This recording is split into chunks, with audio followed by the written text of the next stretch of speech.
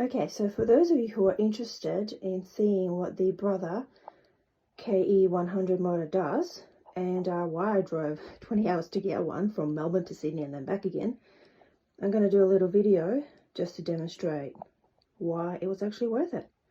So the Brother KE100 motor actually works with all Brother machines, and it works with standard and bulky machines. So this is the actual motor head, and then it comes with a stand. And the actual knitting machine, that's my knitting machine, that's a KE100, and it's a standard machine. So you can put any Brother machine onto this motor and attach it, and it should work. So if you look here, this has got some numbers here, and it basically tells you the needles, which needles you're going to be selecting. And you can see here 4.5, I believe that's for the needle numbers for the standard, and the 9.0 is for the bulky machines, so you can use both. And then the needle numbers are just the actual section that I'm knitting, so I don't need to go all the way to the edges with this motor, because I'm only knitting a small section, and I'm knitting the numbers between 40 on the left and 40 on the right. So that's where I put these little knobs. They're movable. And then here is the row counter, and you can set this to how many rows you actually need to knit. So as you can see, I need to knit about 838 rows, and doing this by hand is a bit of a workout, so having this motor is actually going to help quite a lot. Now over here we've got the left and right.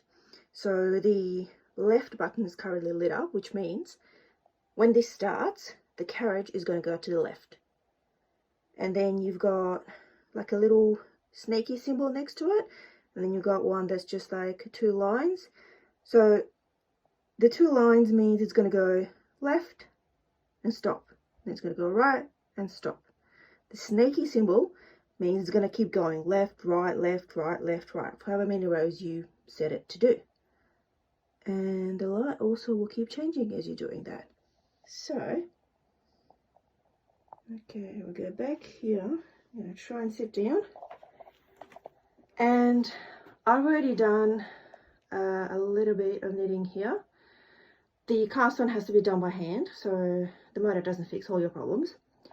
And I've tried doing this pattern here, and it worked. There's no drop stitches or anything. And now I've changed my punch card to a different kind of pattern, and we're going to try and see if that works. So I stand back. Now the way to make the motor work is, I've got it here first on the single left and right. So what you can do is push this button here, and hold it, and it goes left. Okay, if I do it again, it goes right.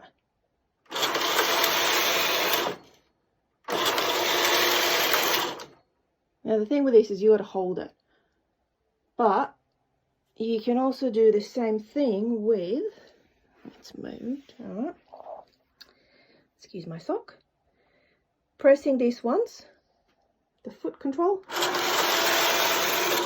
does the same thing. Yeah, still got to hold it. Then if I change that to the snaky thing, and I can either push this once or push that once,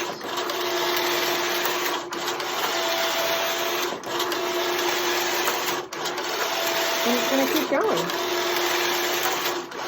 for 800 rows.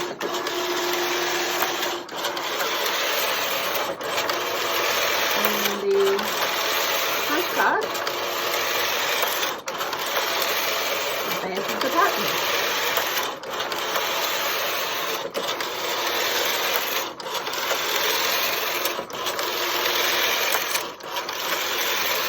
row counter on my actual machine, which I've left in use as well.